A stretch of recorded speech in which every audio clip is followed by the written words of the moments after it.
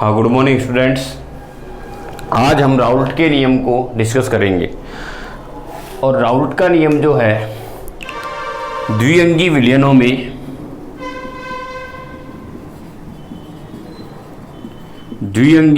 में आंशिक दाब और मोल अंश के मध्य संबंध व्यक्त करता है। आंशिक दाब और मोल अंश के मध्य संबंध व्यक्त करता है। तो राउल्ट के अनुसार एक निश्चित ताप पर द्विअंगी विलयनों में, द्विअंगी विलयन का मतलब है विलेय और विलायक से युक्त विलयन। द्विअंगी विलयनों में उस द्विअंगी विलयन के प्रत्येक घटक का जो आंशिक दाब है, प्रत्येक घटक का आंशिक दाब उसके मोल अंश के समानुपाती होता है। तो राउल्ट का नियम क्या हुआ कि एक निश्चित दाब पर द्विअंगी विलयनों में प्रत्येक अवयव का जो आंशिक दाब है उस अवयव के मोल अंश के समानुपाती होता है। अब आगे यदि हम राउल्ट के नियम को विलयनों में स्पष्ट करें तो सबसे पहला जो स्पष्टीकरण होगा वो आता है फर्स्ट, वाष्पशील विलेय युक्त विलयनों के लिए राउल्ट का नियम। वाष्पशील विलेय युक्त विलयनों के लिए राउल्ट का नियम। अब इसमें हम क्या कहेंगे, विलायक प्लस विलेय मिलकर क्या बनाएंगे, विलयन। विलायक और विलेय मिलकर क्या बना रहे हैं, विलयन। अब इस स्थिति में कहेंगे विलायक कौन है, ए, विलेय कौन है, बी। विलयन क्या बन रहा है, ए प्लस बी। यानी विलायक और विलेय मिलकर क्या बना रहे हैं, विलयन बना रहे हैं। अब इस स्थिति में हम कह रहे हैं वाष्पशील विलेय युक्त विलयन का, इसका मतलब है कि विलेय भी क्या है, वाष्पशील है, और विलायक भी क्या है, वाष्पशील है। तो पहला जो इसका एप्लीकेशन है, तो पहला है वाष्पशील विलेय युक्त विलयनों के लिए राउल्ट का नियम।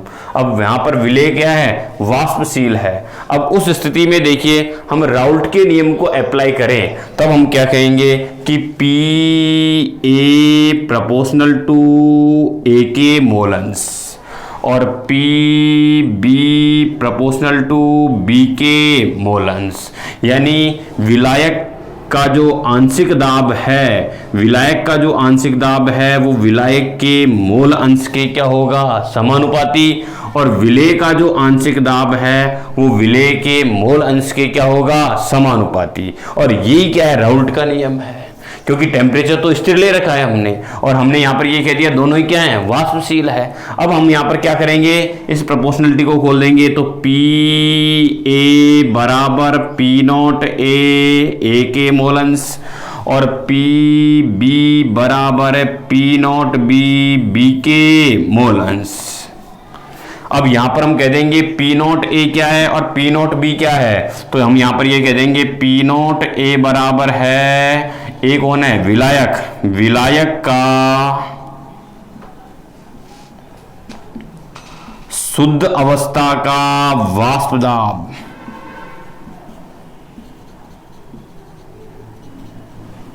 और पी नॉट बी क्या है, विलेय का शुद्ध अवस्था का वाष्प दाब। आगे देखिए, अब हम यहां पर देखें, ग्राफ को देखें तो यहां पर जो ग्राफ प्राप्त हो रहा है, यहां पर ग्राफ आ रहा है y बराबर mx। ये ग्राफ भी क्या आ रहा है, y बराबर mx का ग्राफ आ रहा है। अब यहां पर y क्या है, अक्ष, x भी क्या है, अक्ष, m क्या हो गया इसका, ढाल। तो यदि हम वाष्प दाब और मोल अंश के बीच में ग्राफ खींचे तो हमें ग्राफ कौन सा प्राप्त होगा? वाष्प दाब और मोल अंश का जो ग्राफ प्राप्त होगा वो हमें एक सीधी रेखा में प्राप्त होगा। आगे देखिए हमने क्या पढ़ा है, डाल्टन के नियम के अनुसार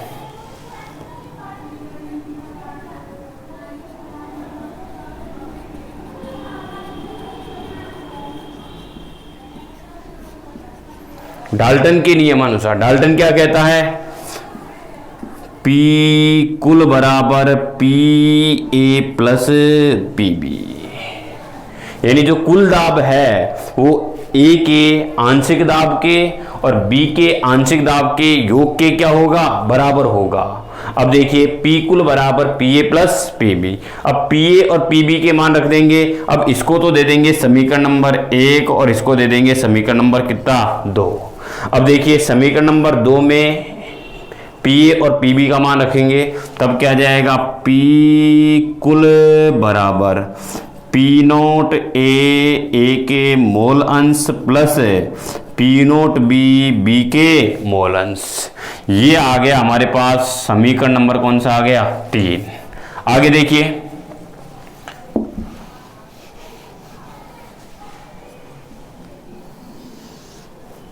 हमने क्या पढ़ा हुआ है पीछे? ए के मोल अंश बी के मोल अंश बराबर कितना होता है? 1। 11वीं क्लास में आता है ये कि किसी विलयन में समस्त अवयवों के मोल अंशों का कुल योग हमेशा कितना होता है? 1 होता है। तो देखिए हम यहाँ पर कह देंगे ए के मोल अंश और बी के मोल अंश का कुल योग हमेशा कितना होगा? 1। तो उस स्थिति में हम क्या कह देंगे?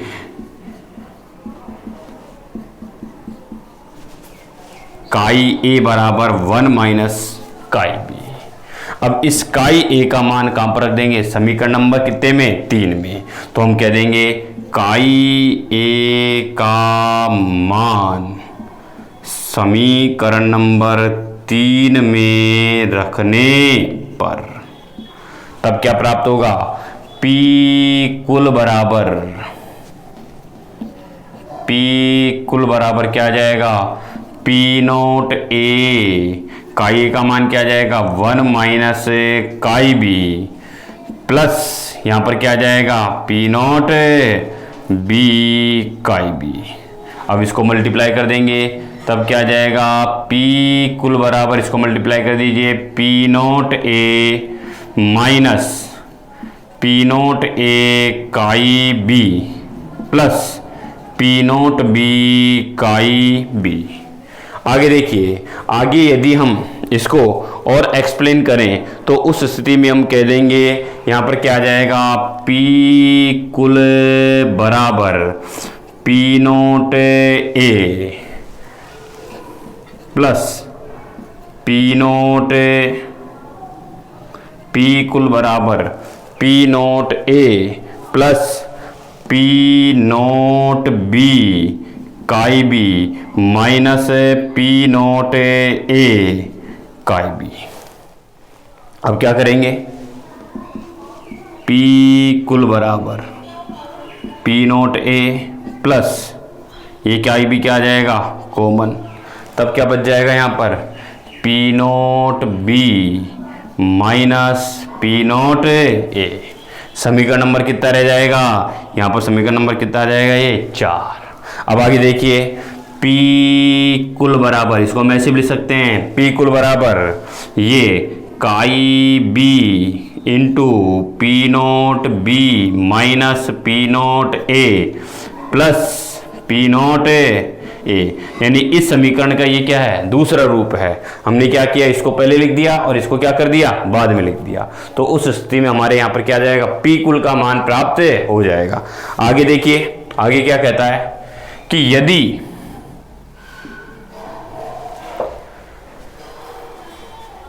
y बराबर mx का ग्राफीय रूप देखें, हम ग्राफीय रूप समझें, तो उस स्थिति में हम क्या करेंगे? हम यहाँ पर वाष्प दाब और मोल अंश के बीच में ग्राफ खींचेंगे। तो देखिए, यदि वाष्प दाब एवं मोल अंश का ग्राफीय रूप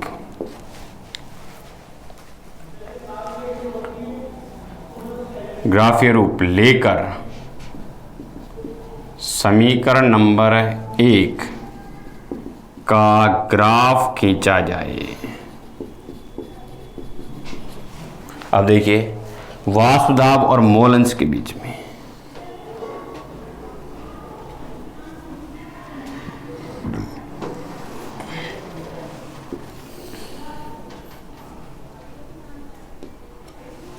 ये वाष्प दाब और मोल अंश का ग्राफ, इधर ले लेंगे वाष्प दाब, वाई अक्ष पे क्या आ जाएगा वाष्प दाब, और एक्स अक्ष पर क्या आ जाएगा मोल अंश। अब यहाँ पर क्या कहेंगे काई ए बराबर 0 और काई ए बराबर कितना आ गया 1, यानी मिनिमम से मैक्सिमम ले लिया। और यहाँ पर क्या आ जाएगा काई बी बराबर 0 और काई बी बराबर कितना आ गया 1, ये मिनिमम, तो ये क्या हो गया मैक्सिमम। अब देखिए यहाँ पर ग्राफ खींचेंगे, y बराबर mx का ग्राफ प्राप्त होगा। तो यहाँ पर काई ए बराबर 0 से 1 तक आएंगे, मैक्सिमम तक आएंगे, और जहां पर ये रेखा आपस में एक दूसरे को काटेगी वो आ जाएगा हमारा पी नॉट ए। अब यदि हम इसका ग्राफ खींचे दूसरा y बराबर mx का, तो ये काई बी बराबर 0 और काई बी बराबर कितना है 1, और जहां पर ये दोनों आपस में इंटरक्रॉस करें एक दूसरे को काटें तो यहाँ पर आ जाएगा पी नॉट बी। ये तो इस जहां पर ये आपस में काट रही है वो पी नॉट ए, और जहां पर ये आकर आपस में काट रही है वो क्या आ जाएगा पी नॉट बी। ये हम इन्हें कह देंगे ए का शुद्ध अवस्था का वाष्प दाब और यहाँ पर कह देंगे बी का शुद्ध अवस्था का वाष्प दाब। अब उस स्थिति में यदि हम इन दोनों को जोड़ दें तब हम कह देंगे पी कुल बराबर क्या आ जाएगा P A plus P B, क्या आएगा पी कुल बराबर P A plus P B. तो देखिए मैं वापस इसको रिपीट कर रहा हूं डेरिवेशन को। विलायक और विलेय मिलकर क्या बना रहे हैं विलियन। विलायक को हमने ए से रिप्रेजेंट किया है, विलेय को बी से, विलियन क्या बन रहा है ए प्लस बी। यहाँ पर हम कह देंगे विलायक वाष्पशील है जबकि विलेय भी क्या है यहाँ पर वाष्पशील है। तो उस स्थिति में कहेंगे कि राउल्ट के नियम के अनुसार यानी ए का जो आंशिक दाब है वो ए के मोल अंश के क्या होगा समानुपाती, और बी का जो आंशिक दाब है वो बी के मोल अंश के क्या होगा समानुपाती। अब यदि हम इस प्रोपोर्शनलिटी वाले चिन्ह को खोलेंगे तो उस स्थिति में आ जाएगा पी ए बराबर पी नॉट ए काई ए और पी बी बराबर P nought B chi B. अब यहाँ पर पी नॉट ए और पी नॉट बी क्या है इनकी शुद्ध अवस्था की क्या है वाष्प दाब है। अब ग्राफ देखेंगे तो ग्राफ कौन सा आ गया y बराबर mx का ग्राफ। अब आगे क्या कहता है डाल्टन के नियम के अनुसार, डाल्टन के नियम के अनुसार क्या है कि P कुल बराबर क्या होता है P A plus P B, यानी टोटल जो प्रेशर होगा वो ए और बी के आंशिक दाबों के योग के क्या होगा बराबर। अब इनका मान समीकरण नंबर 1 से रखने पर ये वैल्यू प्राप्त हो जाएगी। फिर हम कहते हैं कि कुल मोल अंशों का कुल योग जो होता है वो हमेशा कितना होता है 1। तो उस स्थिति में कह देंगे कि ए का मोल अंश बराबर क्या आ जाएगा 1 माइनस काई बी। अब हम यहाँ पर समीकरण नंबर 3 में ये काई ए का मान रख देंगे, तब ये प्राप्त हो जाएगा, हमें इनको मल्टीप्लाई कर देंगे ये प्राप्त हो जाएगा, और लास्ट में हम कह देंगे पी कुल बराबर P nought A plus chi B, ये कॉमन आ गया P nought B minus P nought A. हम इसको दूसरे रूप में कैसे ले सकते हैं कि इस वैल्यू को पहले लिख दें और इसको कहाँ लिख दें बाद में। तो समीकरण नंबर 4 के हमें 2 रूप प्राप्त हो रहे हैं, फर्स्ट और सेकंड। अब ये कह रहा है कि यदि वाष्प दाब और मोल अंश के बीच में ग्राफिकल रिप्रेजेंटेशन किया जाए और समीकरण नंबर 1 का ग्राफ खींचा जाए तो उस स्थिति में क्या कहेंगे कि वाष्प दाब को y अक्ष पे लेंगे और मोल अंश को किस पे लेंगे x अक्ष पे। तो a के मोल अंश यहाँ पर 0 और यहाँ पर कितने हैं 1, यानी यहाँ पर मिनिमम वैल्यू और यहाँ पर मैक्सिमम वैल्यू है। तो b के मोल अंश यहाँ पर 0 हो जाएंगे, यहाँ पर कितने हो जाएंगे 1 हो जाएंगे। तो यहाँ पर तो मिनिमम b की वैल्यू मिनिमम रहेगी, यहाँ पर मैक्सिमम रहेगी।